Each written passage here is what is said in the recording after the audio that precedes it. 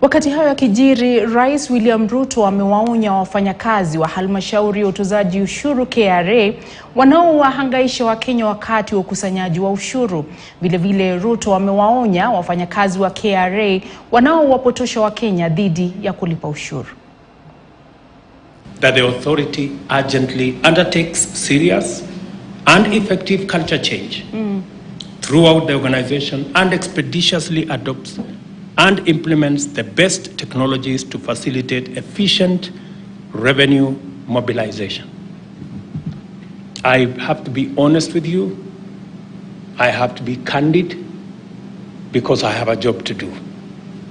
And I need us to work in concert. I need us to work with synergy so that you can do your part in building our nation by doing what the government of Kenya has hired you to do.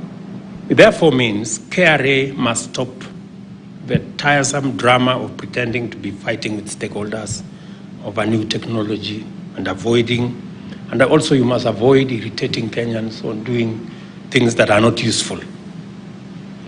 Kenyans expect us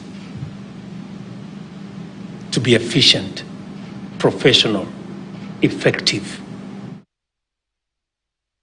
Kwa taarifa hiyo mtazamaji, tunaingia madukani. Muda utakuwa mrefu, tunarejea na taarifa zaidi yakiwemo makala ya pindayo ya mirindimo, na kusihi usiende mbali.